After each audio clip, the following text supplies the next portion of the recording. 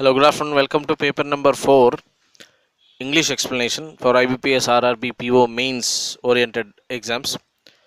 So English lo first you have the comprehension, and comprehension tarvata there is the double fillers.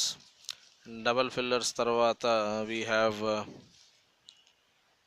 the correction of sentence in the new model, and correction of sentence tarvata the close test also in the new model. ఇప్పుడు దీంట్లో ఈ paragraph విషయానికి వచ్చేటప్పుడు comprehension విషయంలో కూడా కొత్త model ఒకటి ఇచ్చాను. ఈ కాంప్రహెన్షన్కి మిగతా కాంప్రహెన్షన్స్ మీరు చేసేవాటికి డిఫరెన్స్ ఏంటంటే ఇందులో పారాగ్రాఫ్ నెంబర్ ఇస్తారు. అంటే ఫస్ట్ పారా అని కొంత, సెకండ్ పారా, థర్డ్ పారా, ఫోర్త్ పారా, ఎన్ని పారాలు ఉంటే అన్ని.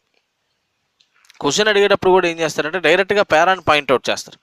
In para 1 of the passage so and so చెప్పారు. అది దీనివల్ల అడ్వాంటేజ్ ఏంటంటే మీకు ఆ పారా వరకే రిఫర్ చేసుకుంటే చాలు మనం. సో ఇప్పుడు క్వశ్చన్ చదివేటప్పుడే ముందు కాంప్రహెన్షన్లో ఎప్పుడు కూడా ముందు క్వశ్చన్లు చదివి తర్వాత కదా ప్యాసేజ్ చదువుతాం. సో క్వశ్చన్ చదివేటప్పుడే పారా 1లో పారా 2లో అని అన్నప్పుడు ఆటోమేటిక్గా అక్కడ ఎక్కువ ఫోకస్ చేయడానికి మనకు అవకాశం ఉంటుంది. పారాగ్రాఫ్ చదవడం comparatively becomes more and more easy. సరే, ఎనీవేస్ అదొక మోడల్ అనమాట. సరే, దీంట్లో ఇప్పుడు ఆర్బీఐ యాన్యువల్ రిపోర్ట్ రిలీజ్ చేసింది, లేట్గా రిలీజ్ చేసింది ఆర్బీఐ. ఆ యాన్యువల్ రిపోర్ట్ రిలీజ్ చేసింది. ఆ రిలీజ్ చేసిన యాన్యువల్ రిపోర్ట్లో 16,000 కోట్లకి తప్ప మిగతా మొత్తానికి భారతదేశంలో ఉన్న దాదాపు 14 లక్షల కోట్లు ఏదైతే సర్క్యులేషన్లో ఉన్నాయో వాటి మొత్తానికి లెక్క తేలింది ఫైనల్గా. అంటే బయట ఏదైతే బ్లాక్ మనీ ఉంది అని అనుకున్నారో అది బ్యాంకింగ్ సిస్టంలోకి రాకుండా అంతే పోతుందని డిమానిటైజేషన్ చేసే ప్రయత్నం చేశారో అవి మొత్తం వచ్చే బ్యాంకుల్లోకి. ఇంకా విచిత్రం ఏంటంటే ఈ cooperative bank, district central cooperative బ్యాంక్స్లో అక్కడ ఫస్ట్లో వాళ్ళు కూడా తీసుకోవడానికి అలౌ చేశారు. ఆ డబ్బును నేపాల్ నుంచి రావాల్సిన డబ్బు కలపకుండానే 16,000 కోట్లు, అవి కూడా కలిపితే ఇంకా 6,000 కోట్లు తగ్గింది అనుకోండి. అప్పుడు ఓవరాల్గా డిమానిటైజేషన్ వల్ల పోయింది ఎంత అంటే 10,000 కోట్లు పోయి ఉంటుంది మ్యాక్సిమంలో మ్యాక్సిమం. సో ఇవి ఎలా జరిగింది, మన గవర్నమెంట్ ఎక్స్పెక్ట్ చేసింది ఒకటి, ఇక్కడ జరిగింది ఒకటి. దానికి కారణం ఏంటంటే చాలా చెప్పారు. దానికి రకరకాల మంది రకరకాలుగా దీన్ని ఎలా డిస్ట్రాయ్ చేయాలి ఈ ప్లాన్ అనే చాలా ప్రయత్నాలు జరిగాయి. కంపెనీలు అయితే దీనికి జనాల్ని కూడా సప్లై చేశారు. నీ బదులు వాడు నిలబడతాడు లైన్లో, గంటకి 90 రూపాయలు ఇవ్వాలి టైప్లో. మనీ చేంజర్స్ కమిషన్లు తీసుకొని డబ్బులు మార్చిన వాళ్ళు ఉన్నారు, ఫ్యామిలీ మెంబర్స్ హెల్ప్ చేసిన వాళ్ళు ఉన్నారు, బ్యాంకులు కూడా హెల్ప్ చేసి వాళ్ళ కస్టమర్లకి బ్యాంక్ స్టాఫ్ని వాళ్ళందరినీ అరెస్ట్ చేసిన సంఘటనలు మనం చూసాం. ఇవన్నీ చెప్పుకొచ్చారు. సో ఏదైనా సరే డిమానిటైజేషన్ అనే ఒక పర్పస్ని డిఫీట్ చేయడానికి నంబర్ ఆఫ్ ప్రయత్నాలు జరిగాయని దానికి సంబంధించిన విశేషాలు ఈ పారాగ్రాఫ్స్లో చెప్పారు కాంప్రహెన్షన్లో. So let's right go ahead and answer these questions. What could be an appropriate title for the passage అని అడిగారు. సో టైటిల్గా ఏం పెట్టేసి దీనికి demonetisation, how effective was it really. So demand ఇప్పుడు అదే కదా, ఎందుకని అనాలిసిస్ కదా జరిగింది. దీంట్లో గవర్నమెంట్ ఇట్లా చెప్పింది, ఆర్బీఐ ఇట్లా చెప్పింది, ఈ రిపోర్ట్లో ఇది వచ్చింది, ఆ రిపోర్ట్లో అది వచ్చింది అని చెప్పి అనాలిసిస్ చేశారు. సో అందుకని అసలు ఇది పని చేసిందా, పని చేయలేదా, ఎంత ఎఫెక్టివ్గా పనిచేసింది. So demonetization, how effective was it really అనేది దీనికి కరెక్ట్గా సరిపోయే title. What is the tone of the author in the passage. ఇప్పుడు అనలిటికల్, సో విశ్లేషణ చేశారు. ఇది ప్లస్సా, ఇది మైనస్సా, ఇదేంటి, అదేంటి, అది ఎందుకు జరిగింది, ఇదేం జరిగిందని రిపోర్ట్స్ని వాటిని బేస్ చేసి చెప్పారు. అదర్ పాయింట్ ఆఫ్ వ్యూ చెప్పలేదు దాంట్లో. సో అనలిటికల్ ఇది. యాజ్ పర్ పారా 1 చూడండి, పారా 1 ప్రకారం అని. Para 1, what factors account for the shortfall between notes before demonetization and the notes returned. ఏంటి కారణం అంటే డీలో చూడండి, ఈలో old notes that were deposited with district central cooperative banks were not included. అందుకని ఆ 16,000 కోట్లకి తేడా వస్తుంది. That is the difference. ఎందుకని అక్కడ డిపాజిట్ అయిన వాటికి నేపాల్ నుంచి రావాల్సిన వాటికి ఇంకా అకౌంటింగ్ జరగలేదు. అందుకని 16,000 కోట్లు ఎక్కడో డిఫరెన్స్ కనబడుతుంది. Next, with reference to paragraph 2, which are the following is not true అని అడిగారు. ఏది కరెక్ట్ కాదు. ఆప్షన్ సిలో చూడండి, bank employees were generally unhelpful and reluctant. No, bank how can they be unhelpful and reluctant అన్నారు. వాళ్ళు ఎలా ఉంటారు అన్హెల్ప్ఫుల్గా, వాళ్ళు రెగ్యులర్ కస్టమర్లు అయితే హెల్ప్ చేశారని చెప్పారు. కానీ ఇక్కడ మాత్రం వాళ్ళు హెల్ప్ చేయలేదని ఉంది. సో తప్పు. As per paragraph 5, which of the following may not be the reason or reasons for a decrease in cash in circulation. ఏది రీజన్ కాదు అని అడిగారు. సో ఆప్షన్ డీలో చూడండి, there has been a decrease in printing of lower denomination currency notes. అలా తక్కువ అవ్వడం వల్ల క్యాష్ సర్క్యులేషన్ తగ్గిందా? కాదు, లోవర్ డినామినేషన్ నోట్లు డిక్రీజ్ అవ్వలేదు, ఇంకా పెంచారు వాటికి సంబంధించి. సో అందుకని ఆ సర్క్యులేషన్కి దీనికి సంబంధం లేదు. Which of the following can be considered possible effects of trying to legalize illegal cash. So illegal క్యాష్ని లీగలైజ్ కనుక చేస్తే దానివల్ల ఏంటి ఎఫెక్ట్లు పడవచ్చు, ప్లస్ నెగిటివ్ రెండు చెప్పచ్చు మనం దీంట్లో. A sudden spike in Jan Dhan accounts post demonetisation జరిగింది. And increase in cash from sale of company suddenly while the net purchasing power fell. జనాలకేమో పర్చేసింగ్ పవర్ పడిపోయింది, కానీ కంపెనీల సేల్స్ మాత్రం విపరీతంగా పెరిగినట్టు కనబడుతుంది. ఇది కూడా జరిగింది. The sudden increase in the number of shell companies with no actual business activities, అది కూడా జరిగింది. So all of them. So దొంగ కంపెనీలు అవి ఏర్పాటు చేశారు. మొన్న సెబీ వాళ్ళు ఇదే కదా రూలింగ్ ఇచ్చారు, షెల్ కంపెనీలు మొత్తాన్ని మూసేయాలి, అలాంటి ఏమైనా ఉంటే ఇమీడియట్గా రిపోర్ట్ చేయాలని చెప్పి సెబీ వాళ్ళు రూలింగ్ ఇచ్చారు మన. సరే, as for the passage which of the following would come closest to being an antonym of averse. So risk averse అంటే అది ఇష్టం లేదు అని, అవర్స్ అంటే దానికి ఆపోజిట్ ఏంటని అడిగారు. That is agreeable. ఓకే, మాకు ఇష్టమే అన్నట్టుగా అగ్రియబుల్ అనమాట. సో ఇందులో ఇనిమికల్ అని ఒక మాట ఉంది కదా, ఇనిమికల్ అంటే అర్థం ఏంటి దానికి? So tending to cause some harm, malicious లాగా ఒకటి హాని చేకూర్చే ఉద్దేశం ఉంటే ఇనిమికల్ అంటాం. Next, as per the passage which of the following would come closest to being a synonym of anecdotes. Anecdotes అంటే ఇలాంటివి చాలా చెప్పుకోవచ్చు అని. సో నారేటివ్స్ బోల్డ్ అని చెప్పుకోవచ్చు. ఎనెక్డోట్స్ అంటే ఎగ్జాక్ట్గా చెప్పాలంటే తెలుగులో దృష్టాంతాలు అంటారు వీటిని. ఇలాంటివి చాలా చెప్పుకోవచ్చు అని అంటాం మనం. సో నారేటివ్స్ అంటాం. Next, as per the passage which of the following would come closest to being an antonym for reluctance. Reluctance అంటే ఏంటమ్మా? ఇష్టం లేదు, హెసిటేషను, చేయాలనే ఉద్దేశం లేదు. క్వామ్ అని ఉందా? క్వామ్ అన్నా కూడా అంతే, హెసిటేషన్, డౌట్. డిసిన్క్లినేషన్, చేయాలని ఉద్దేశం లేదు. రివల్షన్, చేయాలని ఉద్దేశం లేదు, అంటే వ్యతిరేకించాం. మరి దానికి ఆపోజిట్ ఏంటి? ఈగర్నెస్. ఈగర్నెస్ అంటే చేయాలని బోల్డ్ అంత తాపత్రయం. So that is the opposite for reluctance. As per the passage which of the following would come closest to being a synonym of scrambling. Scrambling, too much of scrambling అంటే too much of rush వచ్చింది బ్యాంకులకి. బోల్డ్ అంతమంది బ్యాంకుల చుట్టూ వెళ్ళి పరిగెత్తి పరిగాపులు పడ్డారు అక్కడ. సో రష్ అని అర్థం ఇక్కడ. So that's about the comprehension. Next, let us go to the double fillers now. Double fillers విషయానికి వస్తే, the literature of ancient Greece and Rome has been dash continuously since it was return. So ఏముండాలమ్మా ఇక్కడ? Study చేశారు. అది ఎప్పుడైతే రాశారో అప్పటి నుంచి దాని మీద స్టడీ జరుగుతూనే ఉంది. So studied. ఇందులో చూడండి, ఎక్స్ప్లాయిటెడ్ అంటే దాన్ని వాడుకున్నారు కాదు. ప్లాగియారిజం అంటే అర్థం ఏంటమ్మా? దొంగతనంగా కాపీ చేయడం. ఒకటి చెప్పకుండా వాడి దగ్గర ఉన్న ఇన్ఫర్మేషన్. అప్పట్లో ఏదో ఈ హ్యారీ పాటర్ బుక్స్ అవి వచ్చిన తర్వాత కూడా దాని మీద ప్లాగియారిజంకి సంబంధించి ఏవో కొన్ని ఎలిగేషన్స్ జరిగాయి. సినిమాల్లో అక్కడ కూడా కొన్ని స్టోరీలు, మా స్టోరీ వీడి కాపీ కొట్టేశాడని వాళ్ళు కోర్టుకు వెళ్తుంటారు. అలానే ప్లాగియారిజం అంటాం. సో అది కాదు, స్టడీడ్. సో వాటి మీద స్టడీ జరుగుతుంది. Though it was only in the 16th century that it began to be referred to as classic. So it began కాదుగా, ఇక్కడ హ్యాడా ఏం చెప్పలేదు కదా. సో అందుకని బిగన్ అనే మాట అవసరం లేదు. సో బిగాన్, V2 అంటే సరిపోతుంది. నెక్స్ట్, సో ఆప్షన్ సి దీనికి. While seeking professional help to dash this exercise. ఏం ఎక్సర్సైజ్? Manage this exercise. ఎందుకని మిగతా చూడమ్మా, ఇన్వెస్ట్ ఇన్ ది ఎక్సర్సైజ్. ఎప్పుడు ఇన్వెస్ట్ చేయడు ఎక్సర్సైజ్లో. వ్యాలిడేట్ ఎక్సర్సైజ్ కాదు, క్యారీ కాదు, క్యారీ ఆన్ ది ఎక్సర్సైజ్ అంటే సరిపోయేది కాదు. Stop the exercise. ఫోన్ అదనుకుందాం. While seeking professional help to stop this exercise in a transparent manner. చూడండి, ఎక్సర్సైజ్ జరగాలి, ఎలా? పారదర్శకంగా జరగాలి, ట్రాన్స్పరెంట్గా. అన్నప్పుడు దాన్ని ఎందుకు ఆపుతారు అసలు? సో అందుకని స్టాప్ పనికిరాదు. సో మిగిలిపోయింది ఏంటి ఇక్కడ? So help to manage this exercise is welcome. The centre must heed learnings from past. Heed learnings అంటే నేర్చుకోవాలి పాస్ట్లో జరిగిన దాని నుంచి. Past disinvestment efforts. Disinvestment public sector units ఏవైతే ఉంటాయో వాటిలో గవర్నమెంట్ షేర్లను విత్డ్రా చేసుకోవడానికి డిజిన్వెస్ట్మెంట్ అంటాం. వాటి నుంచి గవర్నమెంట్ పాఠాలు నేర్చుకోవాలి, నేర్చుకుంటే బాగానే ఉంటుంది. Next, in the case of chicken leg imports, the center has dashed the industries to come up with safety standards such as the time period dash which the food is kept frozen. So central government ఏం చేసింది చూద్దాం. Ordered అనుకుందాం పోనీ. అప్పుడు such as the time period on which the food is frozen కాదుగా. Over a period of time ఆ food ఎంతకాలం మీరు ఫ్రోజన్ స్టేట్లో పెడుతున్నారో చెప్పమన్నారు. ఆన్ తప్పు, ఓవర్ కరెక్టు, అది బీలో ఉంచండి. కానీ ఫస్ట్లో in the case of chicken leg imports center has declined the industry. ఏమిటి అసలు? దాని సెన్సే లేదు, అందుకని బి పనికి రాలేదు, సి పనికి వచ్చింది. In the case of chicken leg imports center has asked the industry. అదే ఆస్క్డ్, సరే, such as the time period over which the food is kept frozen. అది. So option C. Next one, unless new reserves are found soon the world's supply of coal is being. ఎప్పుడు కూడా తగ్గిపోవడాన్ని ఏమంటాం మనం? కొద్దిగా depleting, డిటీరియరేటింగ్ అంటాం. So deplete అయిపోతుంది అది.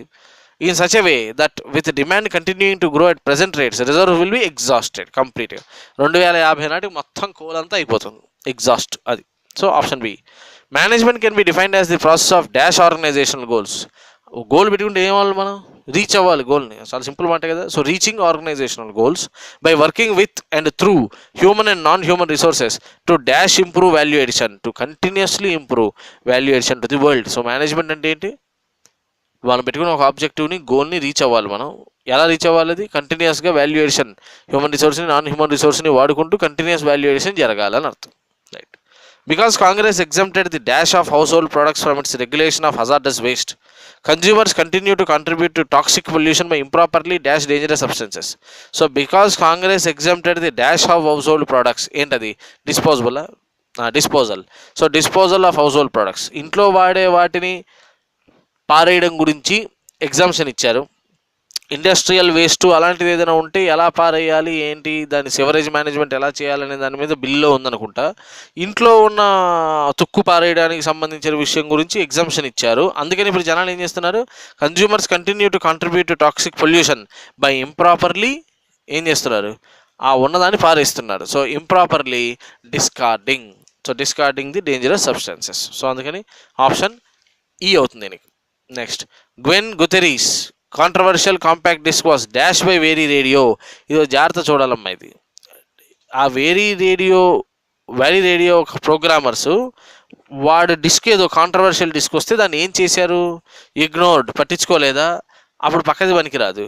Band, వాళ్ళు ఏమైనా బ్యాన్ చేస్తే మరి ఆడియన్స్ మళ్ళీ కావాలని అడిగారు అనడానికి ఓవర్లుక్డ్ అనేది పనికిరాదు. ఓవర్లుక్డ్ అంటే పట్టించుకోకుండా.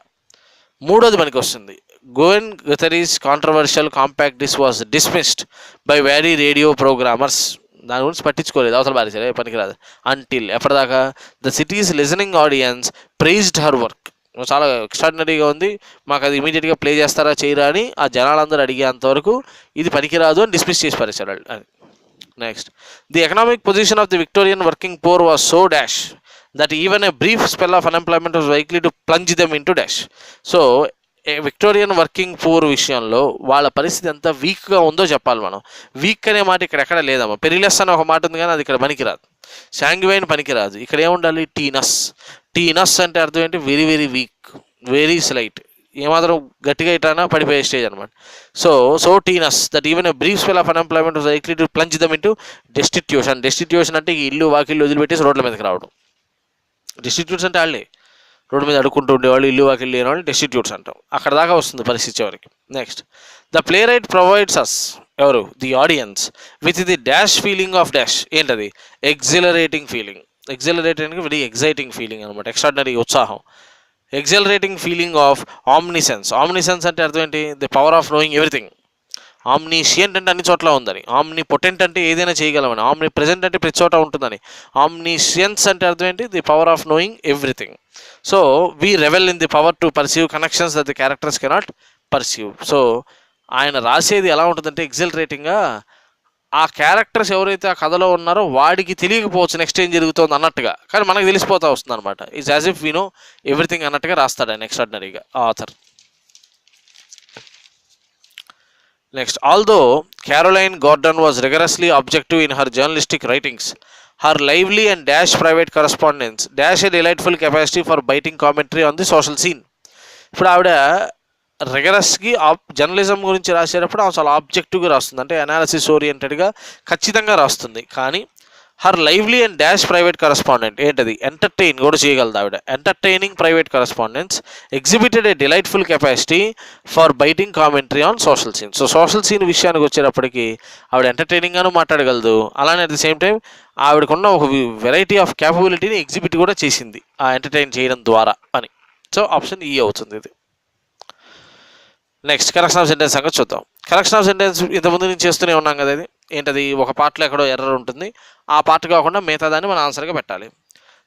The president of US Donald Trump is expected to withdraw his endorsement of the nuclear deal with Iran next week, leaving it survival in the hands of divided Congress, adding to the mood of uncertainty already hanging over Washington. దీంట్లో ఏమీ mistake లేదు, there is no error at all.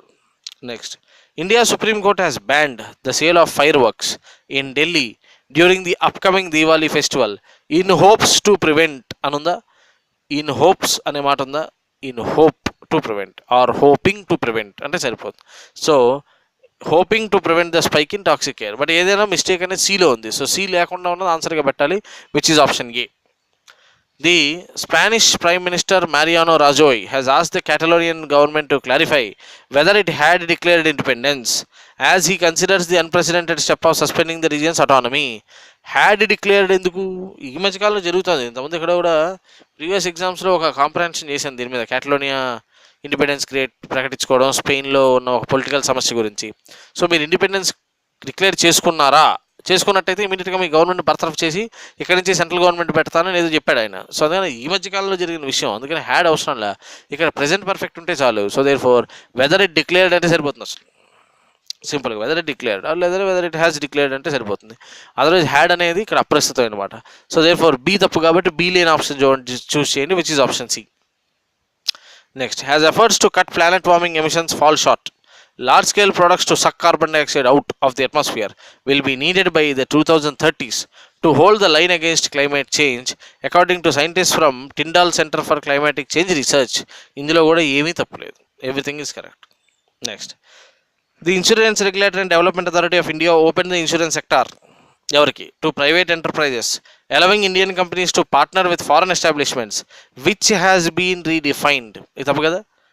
ఏముండాలి ఇక్కడ?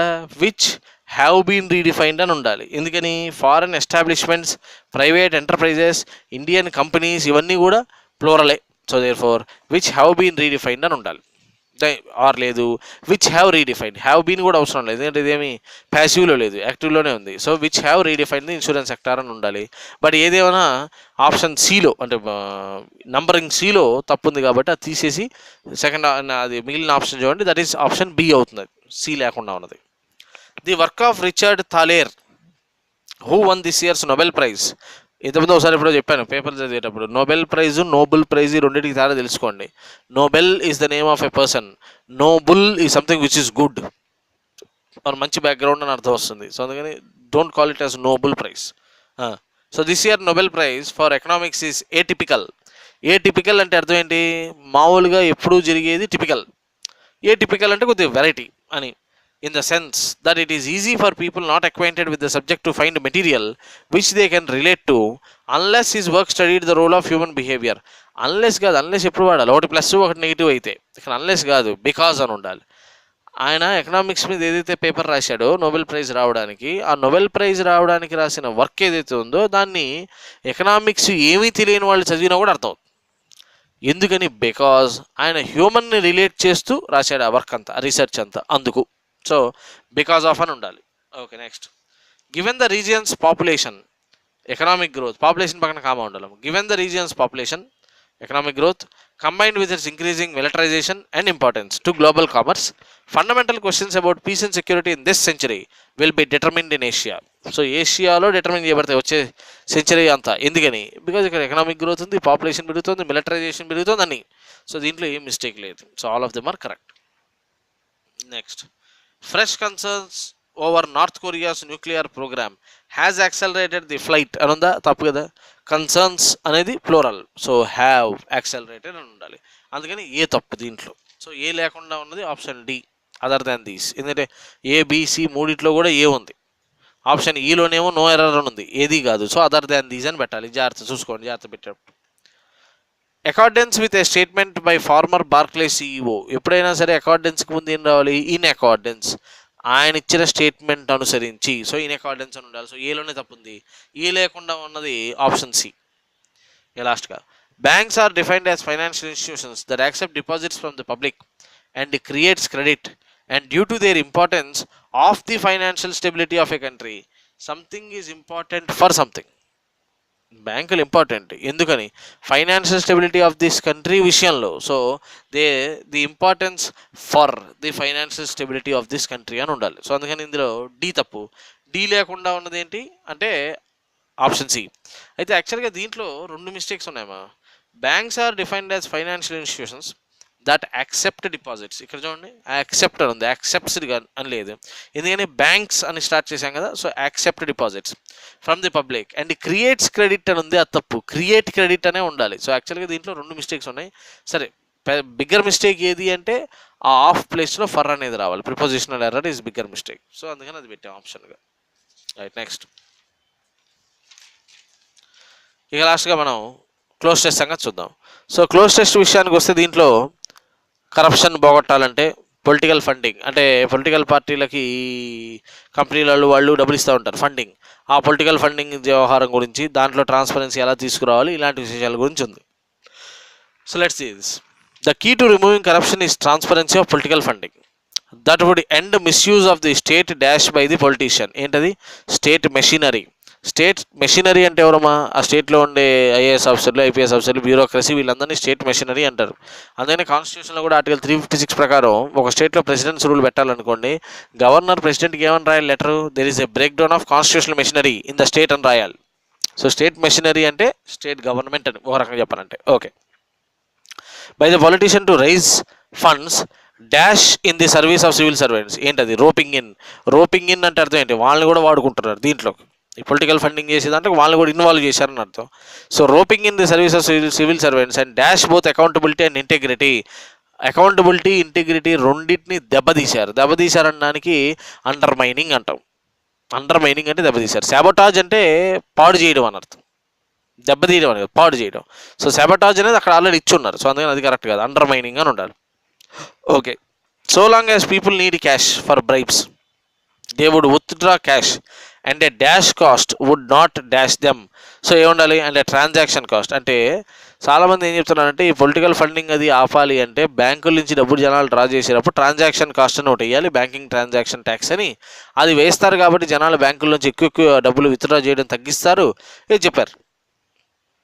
అయితే ఆధార్ ఏమంటాడంటే ఇప్పుడు bribe ఇవ్వాలంటే cash కావాలి కదా, అలాంటి క్యాష్ తీసుకోవాల్సిన పరిస్థితి వచ్చినప్పుడు 10 పైసలు దాని మీద నువ్వు ట్రాన్సాక్షన్ కాస్ట్ వేసినా that will not deter them. ఆ డిటర్ అనే మాట అక్కడ ఇచ్చున్నారు, అది కరెక్ట్ అమ్మ. డిటరింగ్ అంటే వాళ్ళని ఆపలేదు. Cleaning up political funding is hard work and will create enemies. Living a tax on cash withdrawals is easy and people have little choice other than to dash it. ఏంటది?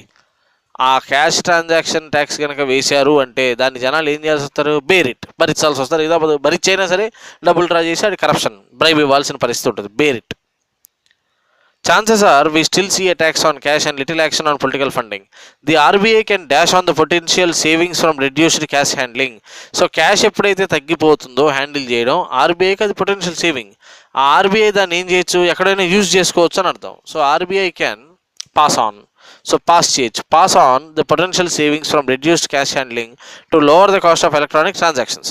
So can the government. So government కూడా వాళ్ళకి వచ్చే additional advantage, cash handling తగ్గింది కాబట్టి, కాస్ట్లు తగ్గుతాయి కాబట్టి ఆ అడ్వాంటేజ్ని pass చేయొచ్చు.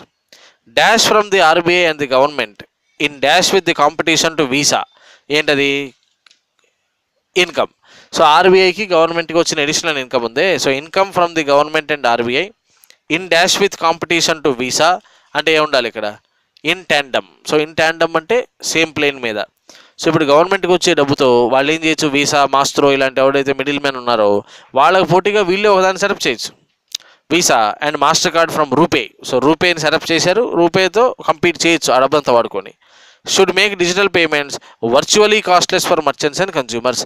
వర్చువల్లీ అంటే అర్థం ఏంటి? అసలు సున్నా కాస్ట్ అవుతుంది దాదాపుగా. సో అలా ఈ క్యాష్ బ్యాంకింగ్ ట్రాన్సాక్షన్ ట్యాక్స్ కనుక వేస్తే, క్యాష్ హ్యాండ్లింగ్, క్యాష్ ట్రాన్సాక్షన్స్ కనుక తగ్గితే వాళ్ళంత సేవింగ్స్ పెరుగుతాయి, ఇన్కమ్ పెరుగుతుంది. ఆ పెరిగిన ఇన్కమ్ యొక్క బెనిఫిట్ని పాస్ ఆన్ చేయొచ్చు. అప్పుడు వీసా, మాస్ట్రో కార్డు లాంటి వాటితో కంపీట్ చేయడానికి మనం రూపే లాంటి కార్డుని కూడా వాడచ్చు. ఇది క్లోజ్ టెస్ట్లో చెప్పిన points. This is about paper number 4 of English. Thank you.